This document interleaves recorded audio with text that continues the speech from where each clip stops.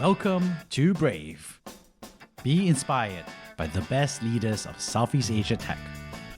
Build the future, learn from our past, and stay human in between. I'm Jeremy Au, a VC, founder, and father. Join us for transcripts, analysis, and community at www.jeremyau.com.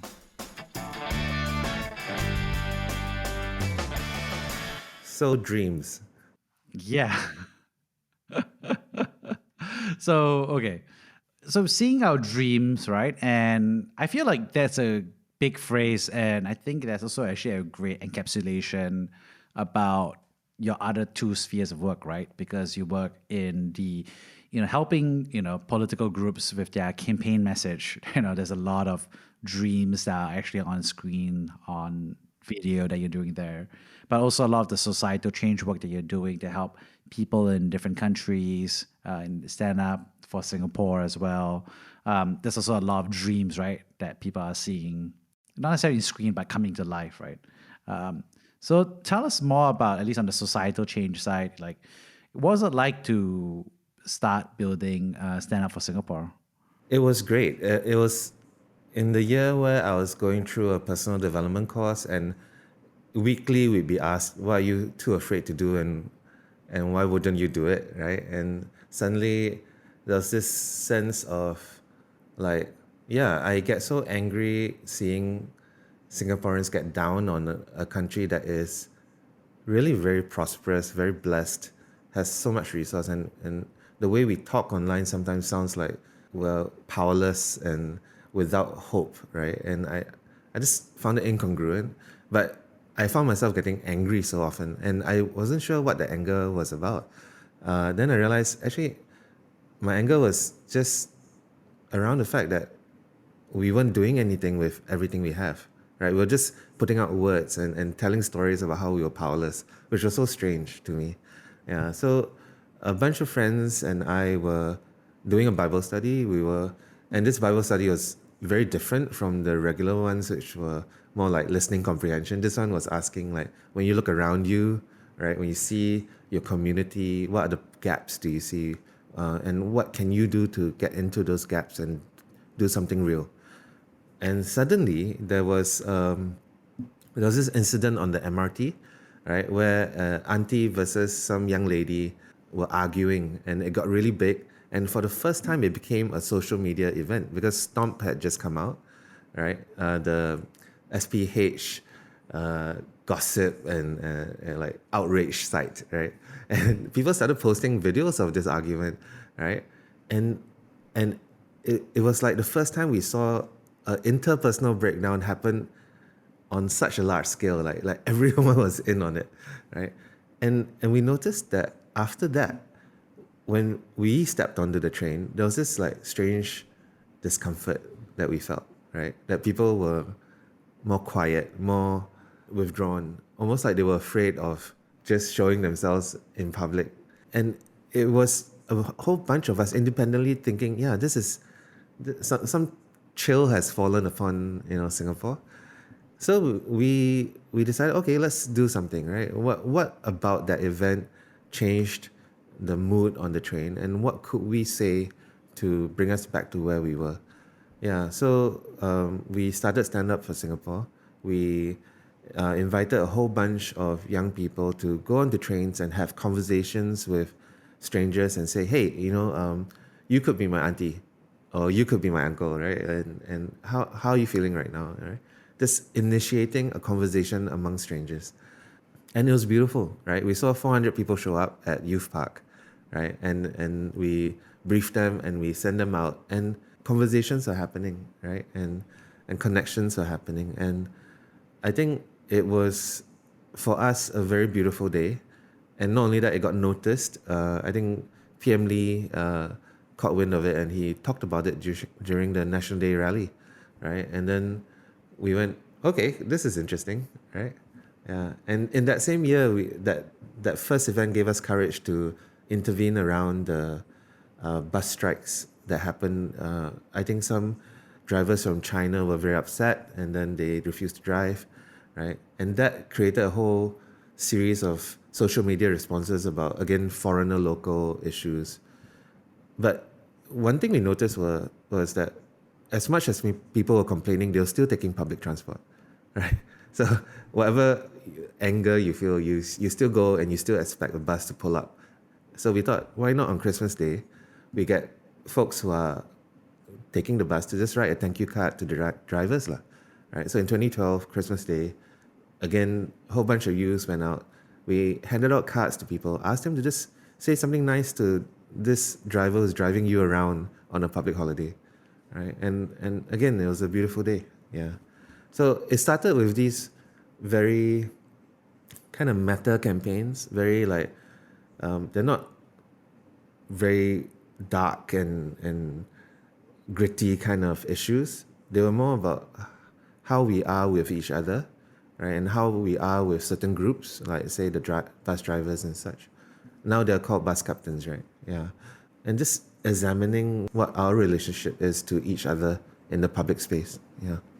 Wow, that's even I didn't know about all these things that you've done, and I think they mean something, right? To something. And I got to ask, so what movie does Singapore have, playing on every, because I just gotta ask, right? So you talk about movies, about dreams and screen, and you're talking about the movie that Singaporeans have, right? I'm wondering how would you describe the movie that every Singaporeans have on the back of their heads, inside their minds, on a day-to-day basis? Okay. I think I'm going to share my opinion, and I have to say this is my opinion. I think, like, if you were to look at individual lives, because I've been coaching a lot and I get to hear stories from different people about what they're going through, a lot of it is a family drama. A lot of it is about maybe young adults or even adults trying to figure out who they are in reference to their parents, what they want in reference to maybe a culture that has valued their academic prowess more than anything else, and kind of funneled into a life of achievement, right? Which as a child they may not have chosen. And now as an adult they are reaping the results. Yeah. So I do meet a lot of folks who sometimes go, I'm successful by any measure. I have the job that I was told was a good job, right? But I'm feeling kind of lost or maybe even really unhappy, right? And they wonder where their choice mattered in the journey, right? And it does track back to family system or even the larger culture of meritocracy and achievement. Yeah. So in the personal, I see a lot of that story.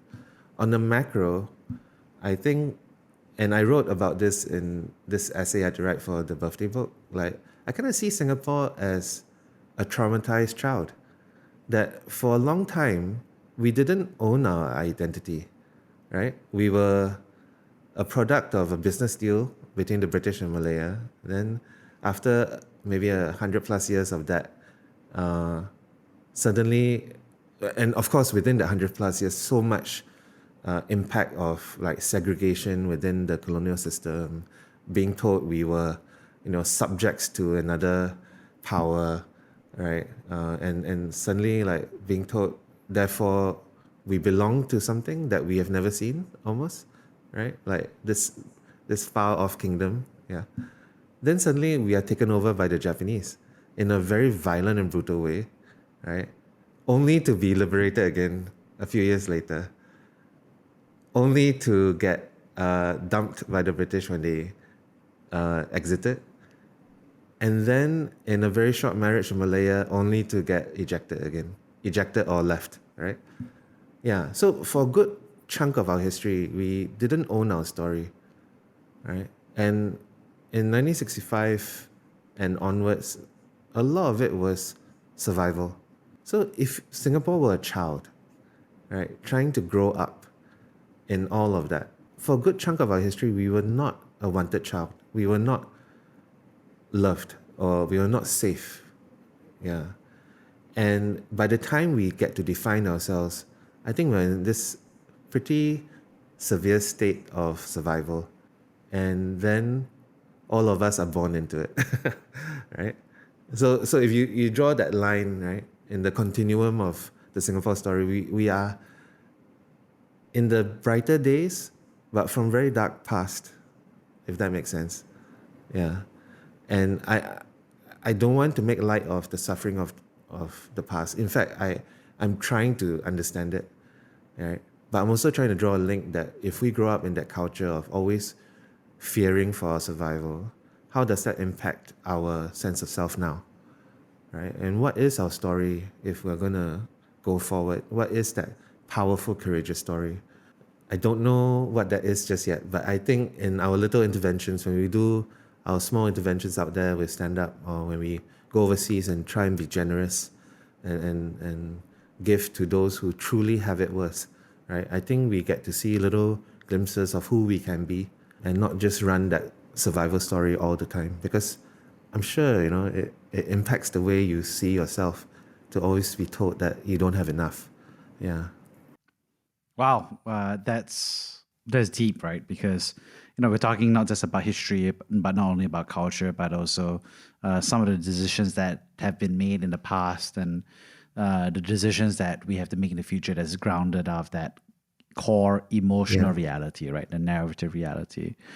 And I think what's interesting is that it feels like you and your work are choosing to try to emerge something new, right? A stronger or future oriented self, right? Because you say stand up for Singapore, you talk about the first part of the emotional reaction and reality, and then the second half of the action and improvement, right? To resolve, right? Talk earlier about how to do that, right, at a deeper, more true level. So I'm just kind of curious about that. Do you feel like what's that story, right? What's that newer story that acknowledges this reality, but also something that fits where we are today in the 21st century? So again, like on the intra, right? So I'll talk at two levels. Like on the intra, when I talk to folks and when I coach folks, usually the story is, where do you want to go, right? And then they start the goal set. They'll set a goal and we work on that. But there's always going to be that moment where the goal is there, but then there's an unwillingness to move towards it. Maybe there's a wall, or there's some narrative of fear that shows up, right? And we get stuck there, right? The client gets stuck there. And at that point, I used to be just stuck with the client, but in the last few years, the question would now be, so what's the story about this, right? What's the story about the fear? And then we go backwards and just have them talk about, where was the earliest point of this fear? And then they begin to see the echoes of the past showing up. That if goal is, say, a new position in company, or some financial outcome, right? The fear of winning, right? The fear of actually achieving it tends to come with some echo from the past, right? Someone's voice saying that that's not really what you deserve to get, or are you really sure you want that, right? And usually we find that this voice isn't their own. So I think it's been evident that in some ways, yes, we limit ourselves, but the limitation isn't just our own, right? That's the voice of our ancestors in that sense, or the voice of our culture, our families, that comes in and says, this change isn't for you. So part of reaching for that future that we want, that beautiful future, is also maybe an invitation to say, look at the things that you don't want to look at, so that by the time you come to the cusp of it, you're not held back anymore. You understand where your fears come from, and you can decide, do I want this fear to be true for me, or should I just give it back to my parents, or give it back to my culture, and say that's yours and not mine. The tough part of even doing, say, a political message is, how detailed a dream do you want to paint for everyone? Because the truth is, everyone may not join with your dream, right? But there are certain pillars or points that people will align to, right? Safety, prosperity. But aspiration to what is often the challenge of that grand story for everyone. To me, I think the work is really, if you were to ask me, the work is for every Singaporean to do their inner work, right? Look at what's holding them back, what tilts them towards this lack of safety, that tilts them towards racism, let's say. Because to me, racism is about safety. It's not about a horrible person who hates another person because of their skin color. I think that's too simple. Yeah. And in Singapore especially, so you go to anyone, you ask, do you think racism is bad? Most people will say, yeah, it's bad, But why does it exist or persist? I think because we don't feel safe and we reach for the easy reasons to draw our lines. And if we can get people to do their own work, I think the easy stuff like race or the easy stuff like class, we can let go of those things and begin to do our work towards the future we want. Yeah. Wow, that's really deep, right? Because you're talking about how you think about it on a one-on-one coaching basis, about how being able to articulate the past helps, free you to enter the future. And then, of course, at another level, you're talking about it, scaling that out, right, to like, every Singaporean doing that work on themselves. And then thirdly, of course, you're talking about, the meta or overarching dream, right, where you're articulating and talking about that message. So, it feels like, of course, the dream, of course, is, for every Singaporean to go through and have the opportunity to access a coach, right? So that's one level. And another level, I think you're talking about something interesting, right? Which is like, what is the Singapore dream, right? Because, we know what the American dream is, right? It's like, underdog story. It's like Rocky. Start from the bottom, you work your way to the top. Everybody's a fair shot if you work hard and get there. And to some extent, there's also like the more constricting parts of it, right? The traditional view of like a lawn and a house and a white picket fence, which is transforming today. But still, I think a lot of people will look to America and say like, America is a dream, right? And that attracts so many people to immigrate, right, to America, right? And I think to some extent, I think China's starting to articulate that, right? They're trying to articulate the China dream that Xi Jinping was talking about. So what do we think, looking ahead, like what is that new Singapore dream, right? I think it used to be the 5 C's, right? For those who don't, it's like what, cash, credit card, car, Country club, condo, and country club, right? Exactly. So those are the 5 C's. So it's like a material dream, and I think I watched quite a few fun movies about that, which kind of goes back to like your point about traumatized children who in poverty who felt like material security will bring spiritual and personal security, right? And we're kind of talking about it as like we've also progressed beyond that to some extent, right? Not consistently, not for everyone. We acknowledge that. It's just that, we're not 1965, right? So how do you think about that new Singapore dream? Well, I mean, if we started with the American dream, we can be pretty confident to say that they haven't gotten it yet, right? In fact, it's probably worse for them right now than it was in the 50s and 60s, right? But everyone needs a target, right? And the easy targets are material. We did this little comic about the boy who lost his heart, that for a lot of men in Singapore, they are told, you can't express your emotions. They're scolded or even punished through caning if they cry too much, right? And then there's this dissociation with themselves and this obsession with things that happen next, right? That for a lot of men, we don't have access to our intrapersonal story, and then all these objects that are in front of us, whether it's a thing to buy or a position to attain, become important somehow. And in the comic, it isn't until the heart kind of gets invited back in and the little boy, or now this grown-up man, gets to get in touch with himself. It isn't until that point that he can say, well, I'm alone, or I'm afraid, or I need friendship, right? That he begins to know who he is and what he needs.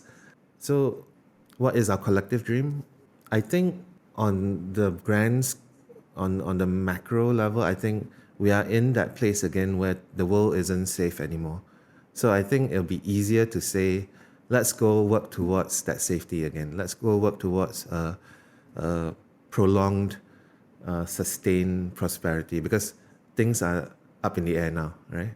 And I think we can distract ourselves again with that, right? And not that it's not important, but work towards this uh, common safety again. I do think we're close to not exactly where 1965 was, but we're seeing that the world has changed, and we need to figure out our place in it now. That deeper thing of knowing who we are and what we need, and not seeking supplements in terms of things to buy or things to get. We can get distracted by it. We may continue to be distracted by it, but my invitation is for people to look, right? Because again, do you want to be realizing after you've gotten that thing, that promotion, that car or whatever, and then it's a few days later and you realize, actually, nothing's really changed for me. I'm still feeling lonely or afraid or in need of a good friend.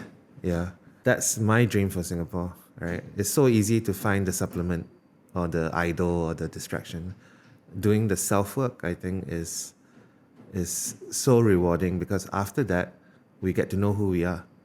Yeah, that's a beautiful dream, and it's a small dream, yet it's a powerful dream, right? Um, and one interesting thing is that you talk about this from someone who is effective change, from the social work that you're doing right on the ground, on the community, also in your daily work as a coach, and yet you're also doing that large production, right? That large video slash campaign that is very different, right? It is a large, it's a big dream, right? It's a grand story in that sense, or attempts to be. And you and I were chatting about it. It's like, we wish that, dropping $1 million into a video gives you the answer, right? And it changes everybody's dreams for the better, right? So I'm just kind of curious how you think about what the work is there and what the right approach for those larger campaigns should be mindful about. Yeah, yeah. I think I was kind of framing it as the big lie, right? That somehow if you spend $1 million, create some really moving video about, say, racism, people will watch it and go, "Okay, we've solved it," right? I don't think anyone in Singapore believes that, but maybe we kind of do deep down inside, that somehow we're pushing against these persistent old issues by creating media to present our dream of it. I I think it's a fair effort, right, to present the reality you want, right? But do we ever change because someone tells us to? That would be my question, right? And if we look at our own lives, right, human beings are very resistant to change, right? Because change brings a lot of fear, a lot of challenge, and me watching a 2-minute video isn't going to give me any assurance that I can navigate my change by myself, right? Because there's going to be so much I maybe need hand holding around, or need some friendship to navigate the emotional turmoil that change may bring.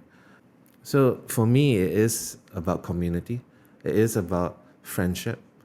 It's about people who want the same things and are willing to sit through difficult moments to get there, right? So if you have someone who believed very strongly ideas from their family about a certain race, who says now, I don't want to hold those stories and I want to learn how to be with my friends who are of a different race, right? Then that's going to lead to a community effort that involves discomfort, right? Because for the ones who are hurt, the ones who are marginalized, right, would they be willing to sit with this person and then have that conversation, right? Would they be willing to even hear the misconceptions and say, no, that's not true? Or, because if you look at the way social media handles race issues, there's so much outrage, there's so much narrative of separation, that even if you say something wrongly, there's no room for recovery after. Almost everything is a tripwire to separation and erasure. Yeah. So no video is going to help you navigate that.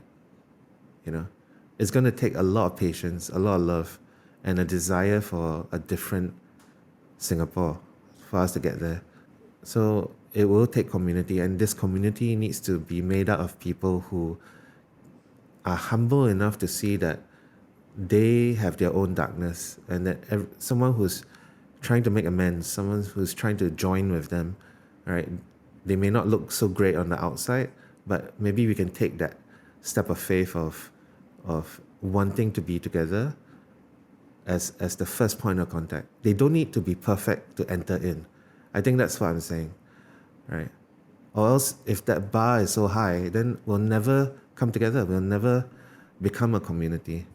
Yeah. So, yeah, I'm a bit not so hip with the crowd on this point that I don't think outrage, I don't think what we're seeing in terms of the discourse from the West around race is exactly what we need. You know, we didn't have the 200 years of slavery. We don't have the police brutality. I think there's room to say it's a bit different. It's not as violent. Yes, it is painful, but let's not take everything wholesale and then say, oh, this is our circumstance, right? Yeah, so to me, it's community, a community of people who do their own work, who are humble enough to know that they've made mistakes and are ready to tackle what's going on in Singapore. That's how we get to our dream. Yeah. Yeah, that's beautiful, right? The part about people don't change because they're told to change, right? But it's really about the community and the activation of why that dream is appealing, right? Fundamentally, right?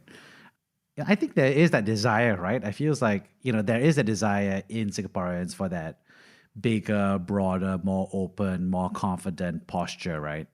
It's very much like we've had a past that has been tough, and we've overcome this so far, and we can now approach the world stage, right, from a place of generosity and confidence, right? Not arrogance, not false humility, not insecurity, not anxiety, but from a place of confidence and self-awareness about what we're good at and what we have to do differently, right? And I think that's the dream, I think, for so many change makers in Singapore. I don't know. You and I know so many amazing people in Singapore, and we love the work they do. We know we have it in us, right? I guess part of it is like we are also in a place, I think, where Singaporeans have dreams that are way bigger than what a little island in Southeast Asia maybe should have. Like I talk to my friends, and their aspirations are first world, American, even European aspirations, right? And you look at where we are and what's around us, and it's very unusual, right? That we are such an anomaly where we are. And when we think beyond Southeast Asia into the world, very naturally. Yeah. So there's that is going on, right? There's this privilege that we do have, that we see ourselves legitimate, able to go onto the world stage and contribute. I think that's something to be grateful for.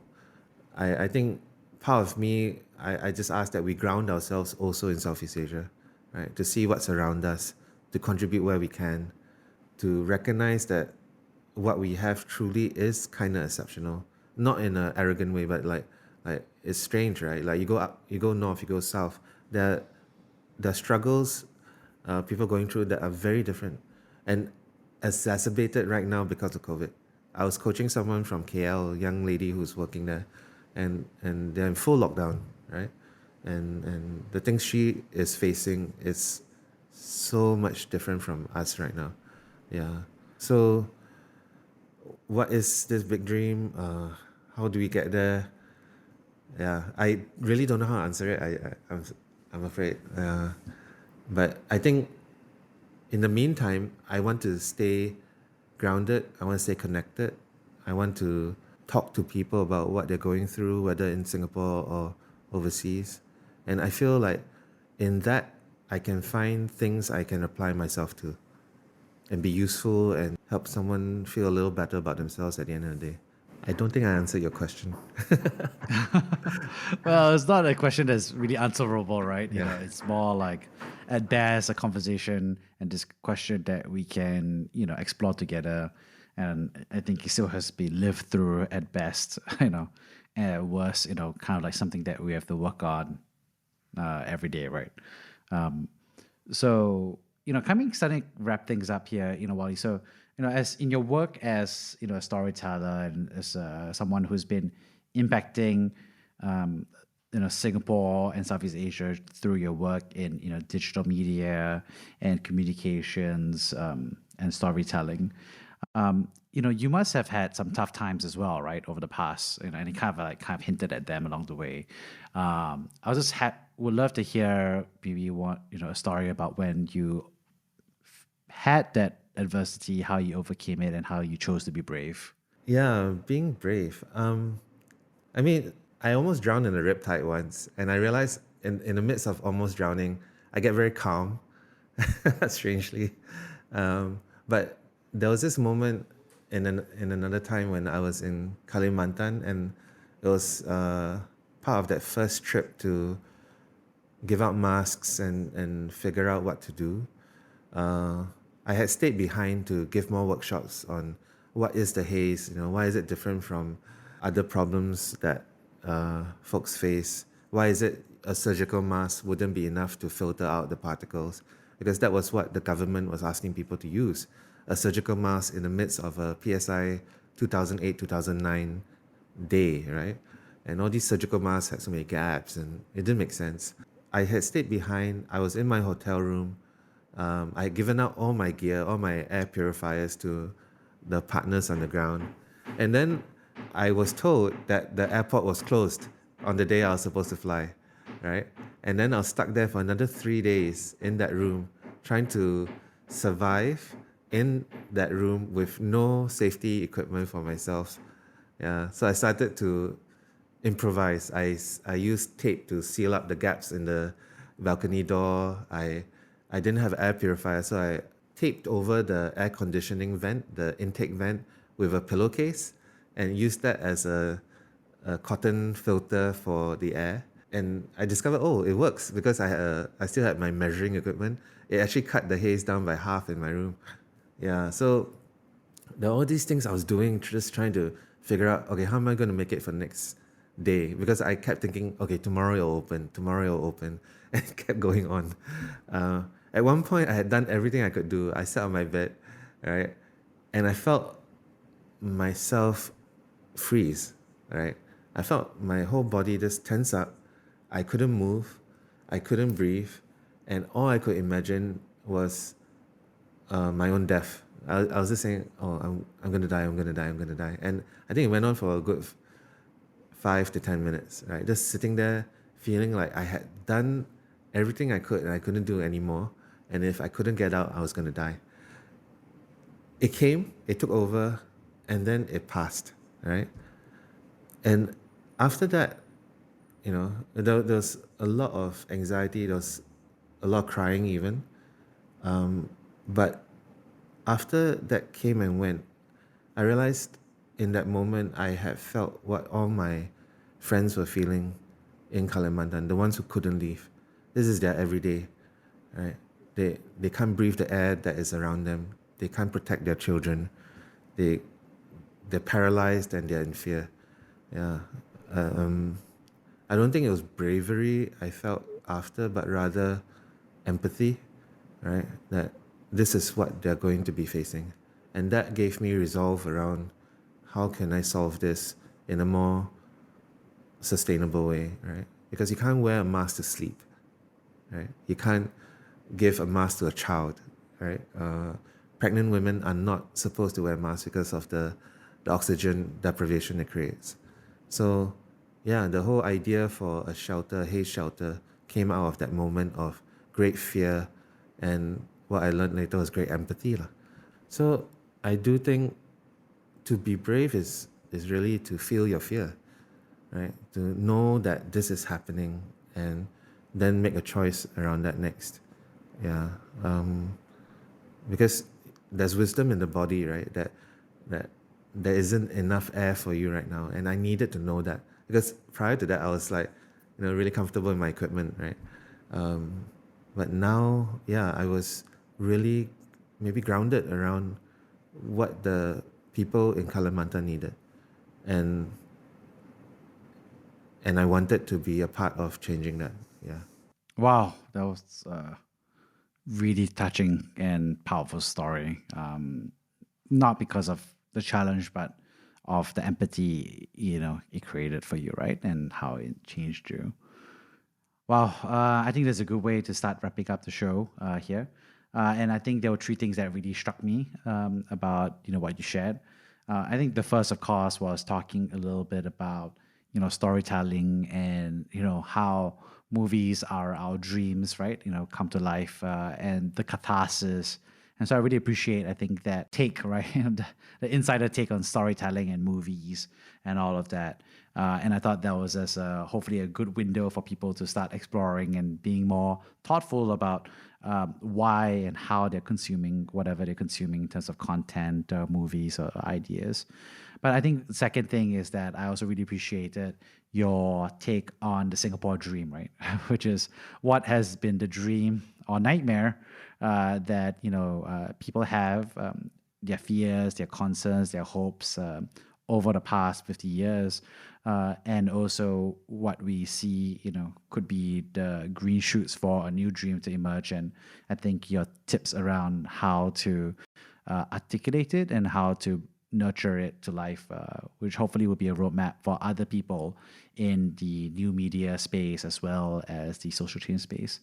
And lastly, I think thank you so much for sharing that last story about, I think bravery and empathy and resonance. And, I think, although the story at the end felt tight because of, we were wrapping up the show, but I think you articulated bravery in other earlier parts of the show, right? Where you talk very much about how do we, as change makers and leaders and community workers and volunteers and human beings, really seek to harness and feel that empathy, right? And have that be a source of strength for the future rather than a source of pain. And I thought that was just a really enjoyable hour just hearing your story, Wally. Yeah, it was great chatting, man. And once we can meet again, let's go for dim sum.